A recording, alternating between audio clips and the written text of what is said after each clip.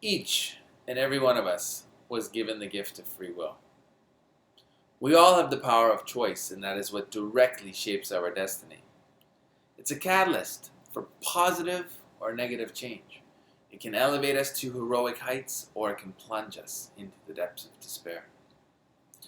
As Ralph Waldo Emerson once said, "Do not go where the path may lead.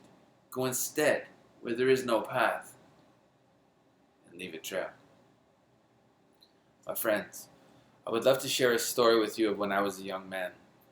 Up until the age of 16, I was a great student. I was a great artist. I had a few girlfriends, and then it all changed with what seemed to be a minor decision at the time.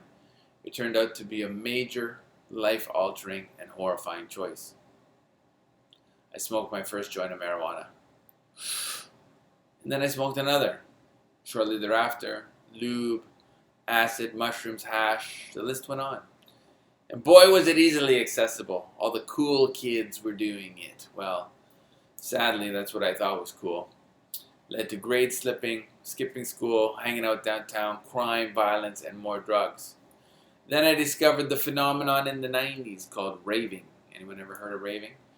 Led to some stronger drugs, cocaine, Special K, ecstasy, these harder drugs that led to different situations, different environments, more negative environments. Led to being hopelessly addicted to substance abuse, where my girlfriend at the time forged a check from her father. I decided to go and cash it at the bank. Good kid, bad choice. And the father and the police were waiting for me. I was charged as a young 17-year-old, and I was convicted as an 18-year-old adult. Ended up on a range of bikers as a young 18-year-old. Not fun. So, got out of prison and continued to party, lived in the night world, ran a nightclub, owned a couple of rave companies, and everything that goes along with that.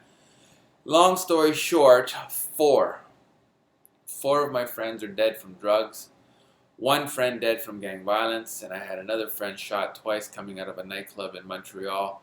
Mailman found him bleeding to death in the snow. This was all between the ages of 15 to 30, and I can assure you burying your friends isn't fun. Well, then I decided to turn it around. At 30, my daughter looked at me and she's like, "Dad, you're either going to end up dead or you're going to be in prison. What if I need you? What if I need you?" Wow, those words, they went through me like an arrow into my heart. I decided to change my life completely. I turned it around tenfold. I became a personal trainer at a gym.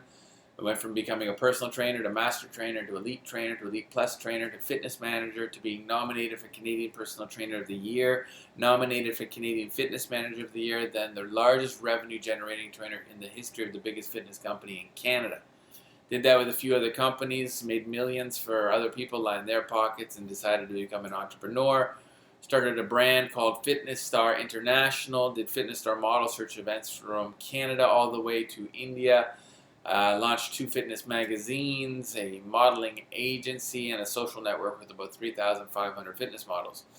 Launched the brand, babied the brand, sold the brand, made a good chunk of money with the brand, retired for a little while, decided to get back into the entrepreneurial space, we'll call it. Launched another brand called DynamoEntrepreneur.com.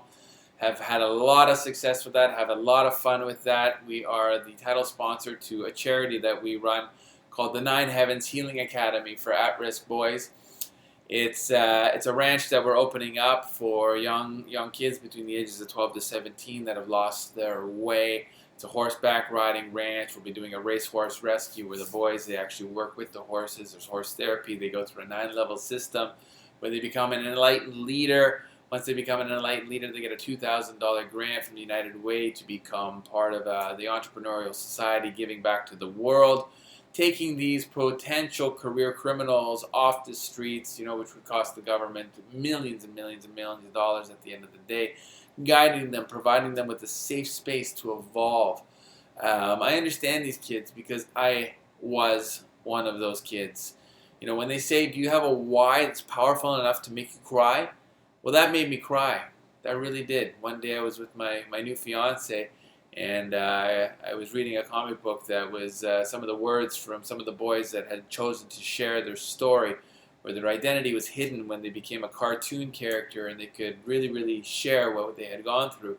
And I made it through pretty much the entire book until the second last page, and then there was a few words there that really hit me from one of the young boys, and basically it brought me to tears, and I stood there, and I don't think I've cried for probably 10 years before that, outside of my mother passing, and I stood there shaking, and for about 10 minutes I was just crying, crying, crying, crying, and I looked up at my girlfriend and I said a few words. I said, "These boys need us.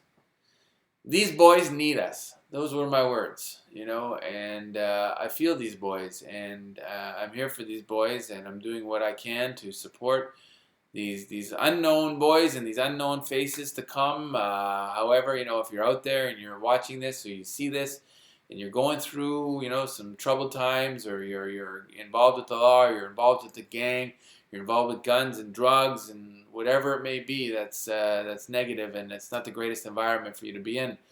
Know there's a group of guys out here. We're called the Guardians of Nine, the Guardians of Nine Heavens, and we love you, and we care.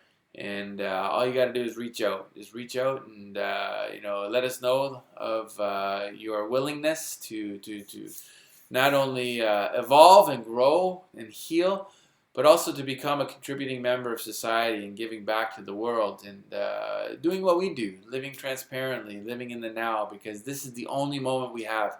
This now, right here, right now, this is the only moment, and it's our choice. It's our choice to make this moment the best moment ever. We can get over our excusitis and over our BS and over our complainitis, and really, really, really take charge of our own life and take responsibility for everything that's happened in our life. Because truly, truly, truly, we've attracted it through the laws of attraction, whether you know it's happening or not. Like attracts like. You throw a punch into the universe, guess what's coming back? Another punch, maybe sometimes 10 times harder. However, you put a lot of love into the universe, guess what? It's coming back too. Love is the answer. Love is the answer. I am so grateful to be able to share this with you today. Tomorrow I will be 44 years young. I'm excited. I feel, like I'm about 444 years in wisdom. I'm probably about 14 years in energy. Woohoo! 4 years old in my view of the world in an all-inclusive manner, for everybody, and love for all humanity, irrelevant of your race, your religion, the culture, where you come from. And basically, I just want to say thank you. Thank you so much to the people that are out there that are, the fans of some of the work that I do, the fans of the teams that I work with, and the fans of my brands. I'm very, very grateful. I'm truly blessed to be alive. I'm grateful to the universe to give me a second chance at life, to give back on a global scale, and to make a game-changing difference. And I am. Namaste.